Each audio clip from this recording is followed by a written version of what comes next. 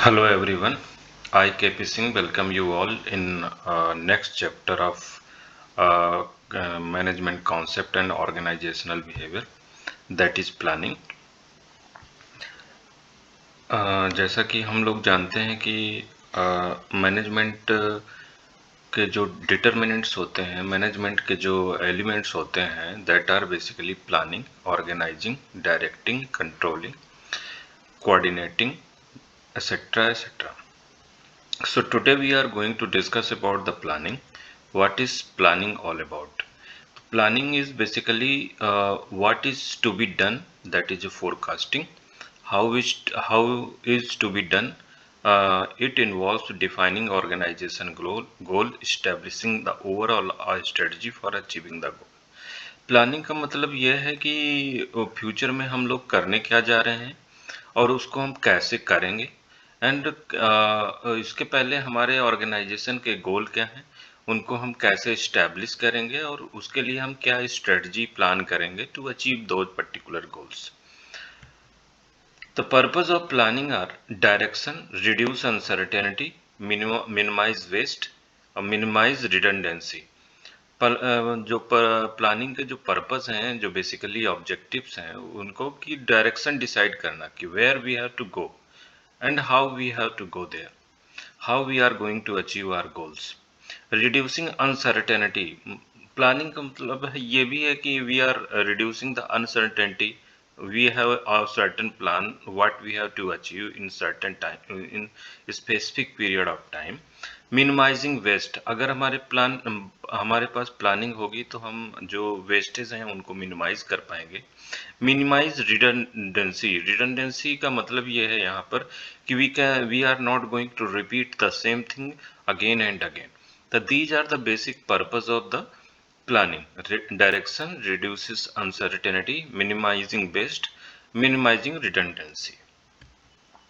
Nature of planning, planning के basically nature क्या है? Planning is a rational approach. Rational approach का हम इसको ऐसे बोल सकते हैं कि ये एक तार्किक व्यवस्था है, तार्किक तरीके से इसको किया जाएगा. Planning is a open system. Open system का मतलब कि we have to get the input from the outer environment, what is happening in the market. Market में क्या हो रहा है, क्या होने वाला है, उसका इनपुट लेंगे. That's why we are calling it planning is an open system. Pervasive of planning, pervasiveness of planning. Pervasiveness of planning का मतलब ये है कि it is basically considering all the fact and figures while deciding the planning. Pervasiveness का मतलब overall planning, जैसे like a corporate or organization level plan, divisional plan, departmental plan and section plan. Corporate planning का मतलब ये है कि suppose we are talking about the Tata group of the companies, then the Tata group of companies are making a plan for overall plan for the all the companies. जैसे Tata group of companies में Tata motor है, Tata power है, Tata consumer है, Tata motor है और Tata aviation है. तो सबके लिए एक साथ एक प्लान जो बनेगा उसको हम बोल रहे हैं corporate plan. Divisional plan, that means it is basically related to the business, individual business plan. Like we are Tata Group is making plan for the Tata Motors, how we are going to achieve their goals, whatever they have decided. Departmental goal, HR department का क्या गोल है, marketing का क्या है, sales का क्या है वो, और सेक्शन प्लान, ये सबसे निचला प्लान होता है. Type of planning, types of planning, number of focus and number of times. Strategic planning, corporate planning and operational planning is under we can put into the under the basic of focus on the basis of time, long range planning and short range planning. Operational planning, operational planning का basically guidelines to how we are going to accomplish the mission which we have decided. This type of planning typically describe the day-to-day running of the company. Operational plan are often described as a single use plan or ongoing plan. जो भी daily basis पे जो काम होते हैं, rules and regulations को कैसे follow करना है, क्या प्रोसीजर्स है, कैसे क्या क्या स्टेप्स हैं, उस सब सारी चीज़ों को जब हम देखते हैं तो वो बेसिकली ऑपरेशनल प्लानिंग के अंडर में आता है। Strategic planning basically long term कह सकते हैं कि how long term story is long term में हम स्ट्रेटजी बनाएंगे कि क्या प्रोडक्ट प्लानिंग करेंगे। जिस सपोज करो we are planning for the next 2 or 3 years or 10 years, the how we are going to achieve the objectives of the organization through the strategic planning. Strategic planning basically include a high level overview of the entire business.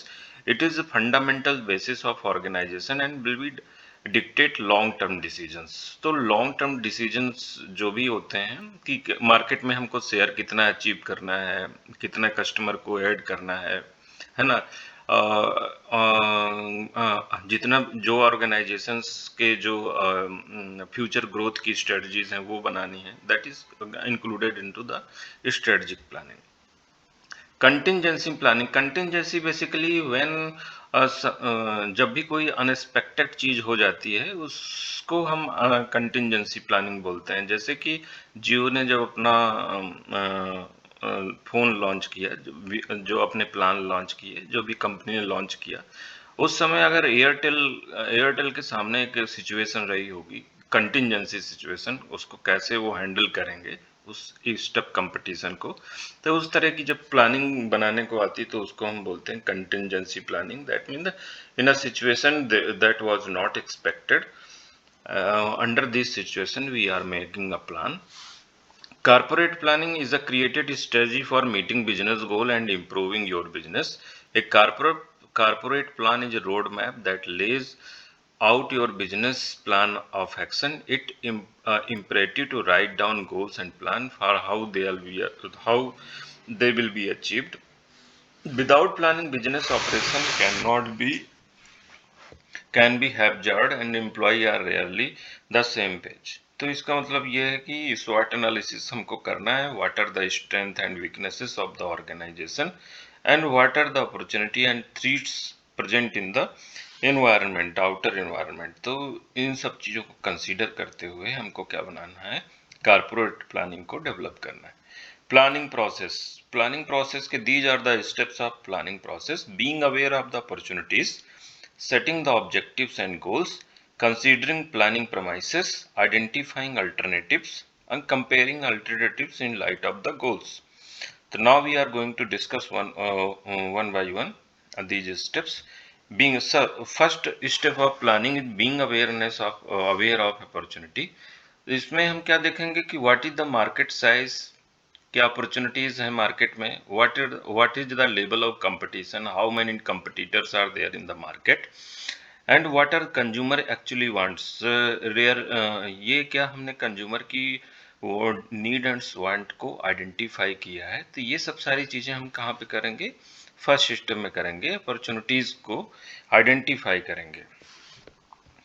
दूसरा, setting the objectives and goals, what we want to accomplish and what is the time frame, and objectives can long term and short term as well. Objectives में basically क्या करना है कि हमारे short term and long term goals क्या हैं उनको identify करना है। और जैसे मार्केट से जैसे हम बोलते हैं कि we company is going to achieve the 10% of market share in with in 5 और 10 ईयर्स, तो ये हम कैसे करेंगे, तो ये ऑब्जेक्टिव्स यहाँ पे डिसाइड करना है कि now in next 5 years we are going to cater this much amount of the customer, these many of the customer, इस पर्टिकुलर पूरे सेगमेंट को हम कैटर करने वाले हैं। कंसीडरिंग प्लानिंग प्रमाइसेस को कंसीडरिंग करना मतलब वो क्या क्या चैलेंजेस हैं मार्केट में उसको देखते हुए। Examining internal and external environment का मतलब है कि internally how we are strong are weaknesses, external environment में थ्रू द SWOT एनालिसिस ये हमको करना है। External assumption deal with the factors such as political environment, social environment, advancement of technology, competition, government policies. जब भी हम external environment को consider करेंगे तो हम यहाँ पे देखेंगे कि बेसिकली पॉलिटिकल एनवायरनमेंट, क्या पॉलिटिकल स्टेबिलिटी इज देयर और not, social environment, how customer is expecting from the company, advancement of technology, whether we are able to meet the technological development within the organization, competition का मतलब how many competitors are there in the market and what are their strategies, this also can be considered. Government policies basically क्या है, how they are supporting or not supporting your policies. Internal assumption deal with the policies, availability of resources, quality of management. Availability of resources, financial resources की भी बात कर लेते हैं कि financial resources जो भी कंपनी के ऑब्जेक्टिव्स हैं उसको अचीव करने के लिए क्या ऑर्गेनाइजेशन के पास उतने फाइनेंशियल रिसोर्सेज हैं, क्या ह्यूमन रिसोर्सेज है उतना जितना रिक्वायर्ड है कंपनी के ऑब्जेक्टिव को अचीव करने के लिए। क्वालिटी ऑफ मैनेजमेंट की क्वालिटीज बेसिकली क्या हैं, ये सब हमको आइडेंटिफाई करना। Identifying the alternative, the possible ways to reach out the goals. alternatives there may be 2-3 ways to reach the goals. So what we have to in this particular step, we have to identify the best way to reach our goals, to whatever objective company has decided. उनको achieve करने के लिए हमको कौन सा रास्ता अपनाना है, कौन सा सुटेबल है, कौन सा फिजिबल है, ये सब सारी चीजें देखते हुए कि मार्केटिंग फिजिबिलिटी क्या है उसकी, फाइनेंशियल फिजिबिलिटी क्या है, टेक्नोलॉजिकल फिजिबिलिटी क्या है, और ये सब सारी फिजिबिलिटी को चेक करते हुए what we have to do, we have to select best idea ways to reach the goals.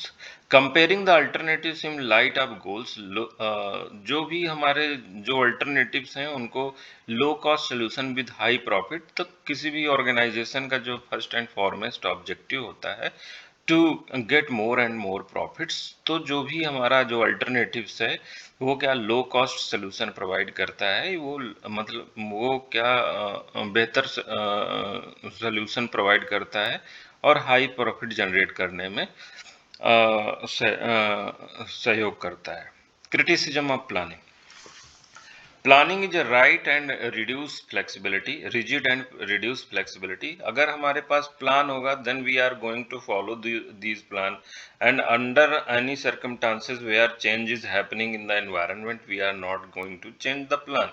ये कह रहे हैं कि प्लानिंग रिजिड है और रिड्यूस द फ्लेक्सिबिलिटी को रिड्यूस करता है।